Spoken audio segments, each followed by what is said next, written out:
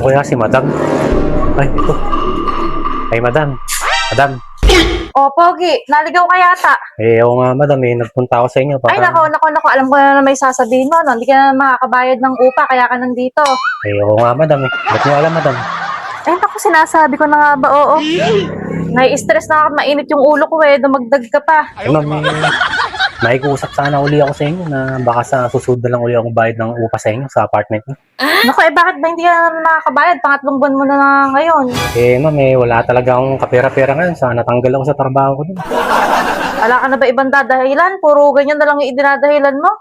Wala ma'am talaga Kasi ma'am, tinanggal ko talaga ako sa trabaho. Wala Hindi talaga totoo yan. akong kapera-pera pambayad sa inyo. Bola lang yan. Wala bang kakaparaan man lang, Pogi naman? Wala ma'am, nanghiram ma'am ako sa mga kasamahan ko. Kaso wala, sagad talaga ma'am. Kaya pumarito ako sa inyo para sabihin sa inyo na hindi mo na ako makapagbayad. Baka sa susunod na lang, baka pwede. Naku, 3 buwan lang nakabakante yung paupahan ko Kaya nga ma'am, Paano naman nahiya na ako yung pangangailangan ko? Negosyo yan. Siyempre, may pangangailangan din ako. Kaya nga ako ng negosyo ng paupahan para kumita ako Kaya sa'yo lang naman pala mapupunta yung mga paupa. Hindi ka nakakabayad, 3 buwan na. Kaya nga po ma'am, nakakaya na po. Baka naman may trabaho po mapapasukan tayo. Kahit pa paano yung nako. makapagawa sa utang sa inyo. Ganito na lang kaya, sa bahay ka na lang tumira. Bakit po ma'am? Parang Hindi ba isang ninahabol buwan ako pa nga hindi kita maganda. inaalok sana na dito ka na tumira. So nice. Natetenga yung paupahan ko sa'yo, hindi ka nakakabayad. Bakit po ma'am? Hindi po ma'am nakakaya. Baka kasi ma'am nakakaya sa inyo. Saka baka may tao sa inyo. Kaya di ako pumayag. Walang tao dun sa may bahay, solo ko lang. Medyo malaki nga yun kaso ang problema, isa lang ang kwarto. Ay, isa lang ma'am yung kwarto. Saan ma'am ako doon? Alangan mo ikaw pa'y choosy. Isang kwarto lang, magkasama tayo sa isang kwarto.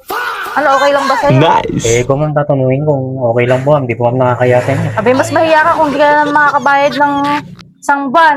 Nakaraan ko pa nga sana inaalok sa'yo yun para sa bahay. Libre ka na ng kuryente, tubig. Pag nakaipon ka, mababayaran mo ako ng 3 buwan. So Para maipaupa niyo nice. sa iba yung inupahan Oo, ko. saka mapagbibigyan pa yung pangailangan ko. Siyempre, may pangailangan din naman ako. Hindi lang naman puro ikaw, give and take naman tayo.